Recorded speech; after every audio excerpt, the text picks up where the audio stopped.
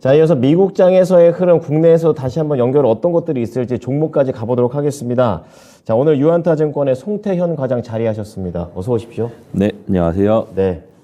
자, 오늘 과장님과 볼 주제부터 공개해 주시죠. 자, 오늘 FOMC 경계감 속에서 시장이 오르면서 거래를 마쳤습니다. 뭐 하락한 만큼 오른 것 같은데요. 어떤 부분들 볼까요? 시장은 네. 역시 예상한 것과는 너무나 다르게 움직이는 이러한 이 성향이 있는 것 같아요. 어려운 것 같습니다. 사실 FOMC 경계감이 있기 때문에 네. 어제 빠졌었고, 그리고 이제 보합권을 유지하지 않을까라고 생각을 했는데, 그거를 다시 한 번 더 빠진 만큼을 상승으로 돌려내게 되는 그러게요. 이런 흐름이 나왔다라고 보시면 될 것 같고요. 뭐 여러 가지 이유가 있기는 하지만 이것이 정말 원인인지는 모르겠어요. 상승이 나오고 나서 거기에 따른 이유를 찾고 있는 것이 아닌가 이렇게 생각을 해볼 수 있는 것 같고요.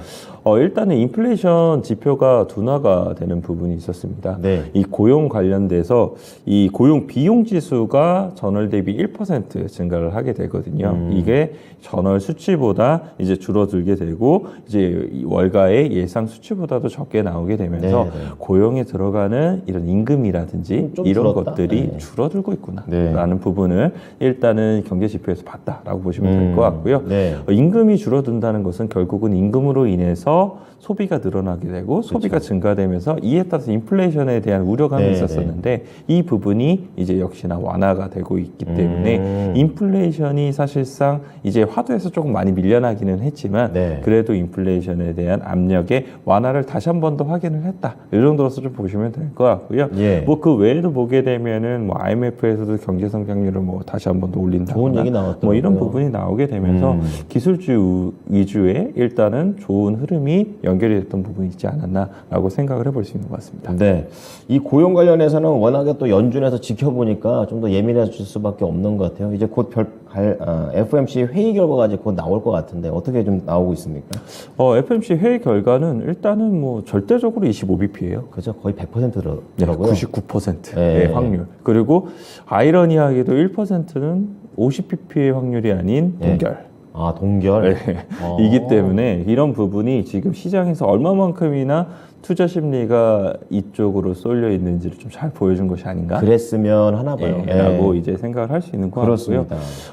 이제 전문가들의 시각을 보게 된다 하더라도 뭐 개중에는 연말에 다시 한 번 더 금리 인하 카드 나올 수 있다. 뭐 이쪽으로에 대한 이야기도 다시 한 번 더 솔솔 나오고 있거든요. 그래서 시장이 지금 방향성 자체를 어느 쪽으로 좀 바라보고 있는가 이 부분을 좀 보셨으면 좋을 것 같고요. 어쨌거나 그럼에도 불구하고 이제 FOMC 회의에 대한 경계감은 계속적으로 나오고 있어요. 이 FOMC 회의에서 지금 일단 이번 회의에서는 매파적인 발언이 계속적으로 이어질 가능성이 상당히 높다. 그렇기 때문에 이런 FOMC 회의 이후에 이 시장의 분위기가 급반전될 수도 있다라고 지금 많은 이제 월가의 전문가들은 얘기를 하고 있기 때문에 지금 시장은 일단 좋기는 했습니다만 그럼에도 불구하고 너무나 낙관적인 편향을 가져가시는 것은 좀 위험할 수도 있다. 밸런스가 좋네요. 밸런스를 일단은 따지면. 지금 구간에선 가져가실 수밖에 없는 게 국내 시장도 그렇고 미국 시장도 그렇고 바닥에서부터에 대한 반등이 이미 나왔었기 때문에 단순하게 그 이후에도 계속적으로 시장이 주구장창 올라간다. 라고 생각을 하시기보다는 계속적으로 어느 정도의 밴드권 내에서에 대한 이런 이 위아래가 조금 막혀있는 이런 부분이 계속 이어질 가능성이 상당히 높다라고 보시면 될 것 같고요. HSBC에서는 조금 더 국내 시장에 긍정적인 내용이 있어서 말씀을 좀 드리게 되면은 이 2월 FOMC 회의가 미 연준의 비둘기파적인 태도가 예상되지 않기는 하지만 이 글로벌 리스크 선호 현상이 점점점 더욱더 자극이 될 가능성이 있다. 그렇기 때문에 미국 시장보다 신흥국 시장이 더욱더 수혜로 연결될 가능성이 있다. 매력이 거기도 있군요. 라고 이야기를 하고 있습니다. 그래서 1월 달에 보게 되면은 사실 외국인들이 많은 부분 국내 증시를 매수를 했던 부분이 있었었는데 이 부분이 추가적으로 이어질지 여부를 좀 지켜봐야 되지 않나라고 생각해 볼 수 있는 것 같습니다. 살짝 기대감이 묻어나고 있습니다. 자, 그럼 종목 얘기해 볼 텐데요. 오늘은 제너럴 모터스를 뺄 수가 없습니다. 그래서 앞서서 이제 최현재 전문가도 말씀하셨지만 준비하신 것 추가로 우리가 더 봐야 될 부분들 좀 어떤 게 있을까요? 일단은 GM 뭐 실적에 대해서 말씀을 해주셨을 테니까 맞아요. 네, 그 부분은 넘어가게 되고 이제 GM이 이 리튬 아메리카하고 공동으로 미국 네바다주의 테커패스 광산의 개발을 이제 발표를 했습니다. 그렇군요. 이 관련돼서 이제 지분 투자를 6.5억 달러를 진행을 하겠다. 라고 얘기를 하게 되고 네. 그리고 이 여기서 나오는 광산 개발로 나오는 리튬을 얼티엄 셀즈 배터리에 이제 우리가 연동을 해버리는 거군요. 라고 얘기를 하게 됩니다. 그렇군요. 이번 프로젝트를 통해서 추출되고 처리되는 리튬 같은 경우에는 이 연간 100만 대 정도의 전기차를 생산을 뒷받침할 수 있을 것이다. 라고 이러한 이제 보도 내용도 함께 나왔었는데요. 네네. 리튬 아메리카가 이에 따라서 한 14% 정도가 상승이 나왔었거든요. 그랬군요. 그래서 리튬 관련돼서 요 근래 사실 국내에서는 아주 강하게 움직이지 못했던 부분이 있었었는데 이러한 부분을 다시 한 번 더 자극을 시킬 수 있지 않을까라고 네네네. 좀 생각을 해볼 수 있는 것 같아요. 그래서 국내에서는 뭐 대장주로는 당연히 큰 종목인 포스코 홀딩스가 있을 수 있기는 하겠지만 그 외에도 작은 종목에서 리튬 관련된 종목이 상당히 많잖아요. 하이드로 리튬. 뭐 하이드로 리튬도 있고요. 네. 뭐 이수화학도 될 네, 수가 맞아요. 있을 것 같고요. 뭐 이런 이제 봐야겠네요. 기업들이 있다 보니까 네. 오늘 관련돼서 변동성이 충분히 생길 수 있지 않을까라는 부분을 생각을 해볼 수 있는 것 같습니다. 네. 그리고 그 외에도 보게 되면은 자동차 쪽으로에 대한 생산이라든지 가이던스에 대한 부분이 상당히 좋단 말이에요. 그렇군요. 그런 부분을 봤을 때 자동차들에 대한 이런 투자 심리가 더욱더 회복이 될 수 있는 부분이 생기게 될 거고 네. 그리고 오늘 성장주에 대한 부분이 상당히 좋았었잖아요. 예. 그런 부분까지 연관을 해서 생각을 해보게 되면은 이 자동차 섹터에서 성장 쪽을 생각을 해봤을 때는 자율주행을 또 빼놓고 얘기를 할 그렇죠. 수가 없게 될 맞아요. 텐데 자율주행 섹터가 어제 또 시장에서 상당히 좋았습니다. 맞아요. 모비라이라든지 아니면 루미나라든지 뭐 벨로다인이라든지 다 좋은 한 7, 8% 정도의 이제 이 상승이 나왔었거든요. 그런 부분이 국내 시장에 있어서 사실 성장주들이 워낙 국내 시장이 AI라든지 로봇 쪽에 조금 더 편중이 많이 돼 있었었는데 네. 오늘은 그런 부분이 약간은 좀 풀려날 수도 있지 않을까. 그러면서 자율주행이라든지 지금까지 덜 움직였던 섹터 쪽으로에 대한 순환매가 조금 더 기대가 되는 부분도 있지 않을까. 이렇게 좀 생각을 해볼 수 있는 것 같습니다. 네. 자, GM과 관련해서 실적뿐만이 아니라 지금 시간에서는 리튬과 연결을 좀 더 해서 앞으로에 대한 성장성 그리고 오늘 국내 증시에서도 리튬 관련된 종목들이 어떻게 움직일지도 한번 지켜보시기 바랍니다. 자, 그래서 반도체 얘기 좀 해볼게요. 마이크론만 떨어졌더라고요.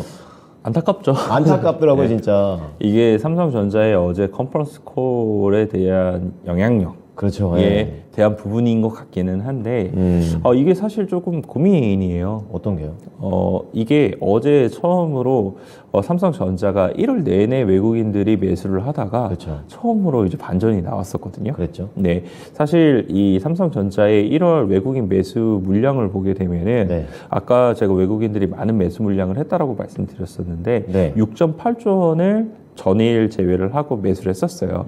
거기서 삼성전자는 2.5조 원을 매수를 했거든요. 네. 한 40% 정도를 외국인들이 그냥 국내 증시에서 들어오게 될 때 삼성전자를 그냥 매수를 했다는 소리인데 반대로 이제 외국인들이 매도로 전환이 되게 되고 그것이 계속적으로 이어지기 시작을 하게 되면은 네. 지수에 대한 부분이 충격을 받을 수밖에 없게 될 그럴 거고 수밖에 없죠. 지수에 대한 분위기가 안 좋아지기 시작을 하게 되면은 투심이. 어제까지는 잘 버티기는 했지만 예. 투자 심리나 이런 부분이 역시나 좋아지지 좀 못하지 않을까 힘들어지죠. 라는 부분을 일단 생각을 해볼 수 있다라고 좀 보시면 될 것 같고요. 네. 그런데 이제 또 한 가지 우리가 좀 생각을 해볼 수 있는 거는 캐펙스에 관련된 부분을 줄이지 않겠다고 얘기를 했잖아요. 맞아요. 그냥 간다고 네. 했죠. 그렇게 되면 우리가 장비 업체들의 우려감이 상당히 높았잖아요. 그렇죠. 근데 네. 그 장비 업체들 같은 경우에는 그 우려감 대비보단 그래도 조금 더 발주가 나올 수 그 있겠다. 안에서는. 예. 라는 부분을 좀 생각을 해볼 수 있지 않을까라고도 생각을 하고 있습니다. 그렇죠, 그래서 그렇죠. 이러한 장비 업체들이 바로 반영이 나오기는 좀 어렵기는 하겠지만 이제 다시 수주에 대한 부분으로서 연결이 되기 시작을 하게 되면은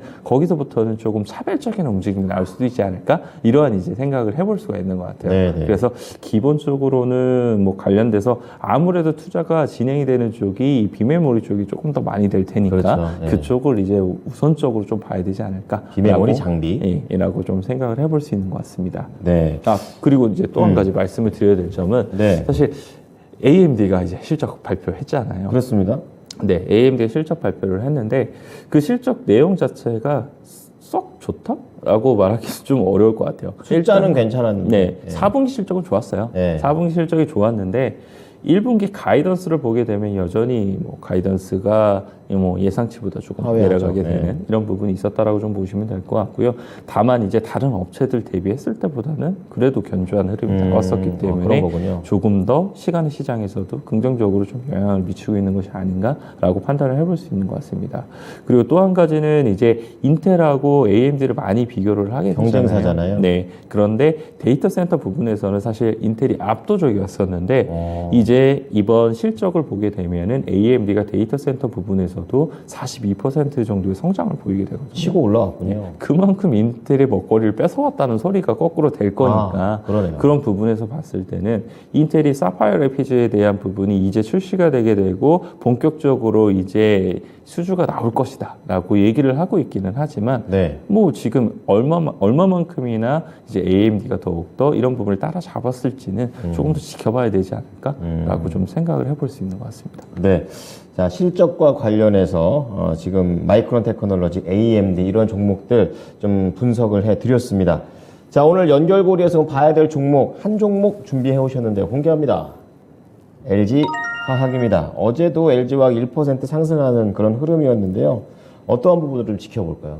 사실 GM 때문에 갖고 왔어요. GM 때문에. 네. 그렇죠. GM이 얼티엄 셀즈를 사실 이제 더욱더 많은 부분 생산을 하게 되는 원년이 될 것이다라는 이런 CEO의 발언이 있었었는데 네. 뭐 일부 뉴스에서는 하반기까지는 또 전기차 생산 관련돼서 GM이 얼티엄 셀즈를 본격적으로 가동 안 하겠다라는 뉴스 보도도 함께 나온 부분이 있어요. 그래서 어떤 내용이 보다 더 맞는지는 좀 지켜봐야 될 네, 부분이 네. 있기는 하지만 그럼에도 불구하고 GM이 올해 가이던스에 대한 부분을 공격적으로 냈던 부분이 있었었고 거기서 사실상 전기차에 대한 부분의 트림을 빼놓고 얘기하기는 좀 어려울 것 같아서 그렇죠. 저는 얼티엄 셀즈에 대한 부분에 포인트를 맞춰서 가져갔다라고 보시면 될 것 같고요.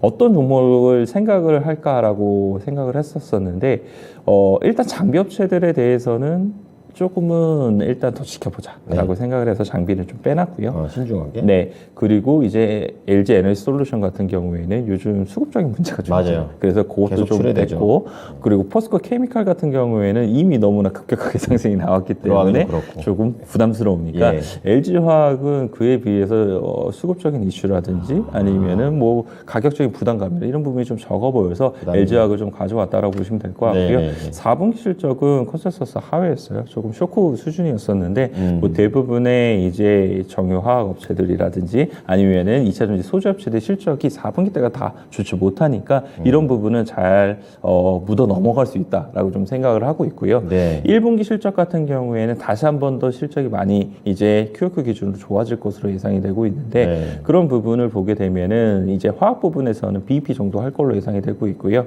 이 첨단 소재 부분이 다시 한 번 더 좋아질 가능성이 상당히 높아 보인다라고 얘기가 나오고 있는데 중요하네. 이 양극재 소재에 관련돼서 4분기 때는 LG 에너지 솔루션이 재고 조정이라든지 판가 인하 때문에 상당 부분 여기서에 대한 수익성도 둔화가 많이 됐었었는데 네. 이제 1분기 때는 양적으로 사실상 많이 늘어나게 되면서 한 55% 정도가 QOQ 기준으로 늘어날 걸로 예상이 되고 있거든요. 그럼 LG 화학도 좋죠. LG 화학이 이런 부분에 수혜를 볼 가능성이 그렇죠. 상당히 높아질 거고 결국은 GM이 얼티엄 셀즈에 대한 부분을 이 생산을 본격화하게 되면은 그런 부분에서도 LG 화학이 가져갈 수 있는 요소가 더욱더 많지 않을까라고 생각을 해볼 수 있는 것 같습니다. 네, 지금 70만 원 바로 미칩니다. 네네. 가격 전략은.